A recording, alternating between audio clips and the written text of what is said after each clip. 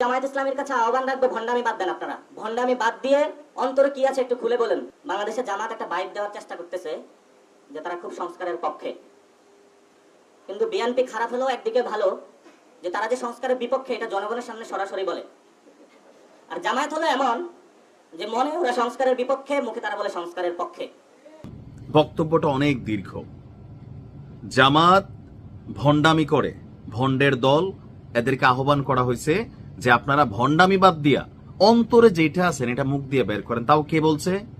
3 দিন আগ পর্যন্ত জামাতের একনিষ্ঠ শুভাকাঙ্ক্ষী বা জামাতের খুবই ঘনিষ্ঠ মিত্র হিসাবে বা জুলাই আগস্ট অভ্যুত্থানে মেটিকুলাস ডিজাইন হোক আর যেটাই হোক, এটার পিছনে এই সমন্বয়কদেরকে যারা সেফটি দিয়েছেন, যারা রোডম্যাপ দিয়েছেন, যারা গ্রোমিং করেছেন, নেতৃত্বের জায়গায় আইনা সরকার পতনের পরেও বিভিন্ন দাবিতে যাদের পিঠে ভর করে এনসিপি দাঁড়াইছিল, এটা হচ্ছে জামাত।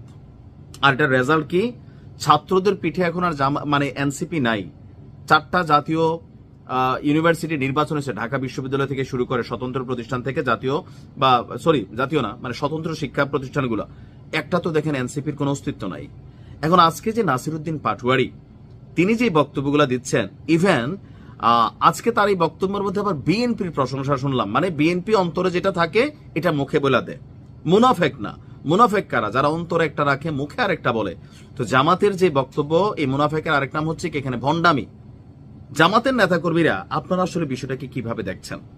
কেন এনসিপির সাথে আসলে জামাতের বিভাজন তৈরি হইল, এটা একটু বোঝার দরকার আছে। বিভাজনটার যাত্রা শুরু হয়েছে জুলাই সনদ স্বাক্ষরকে কেন্দ্র করে। কারণ আমরা যতদূর দেখলাম, জুলাই সনদে স্বাক্ষর করার ইস্যুতে জামাত পিছ পাচ্ছিল।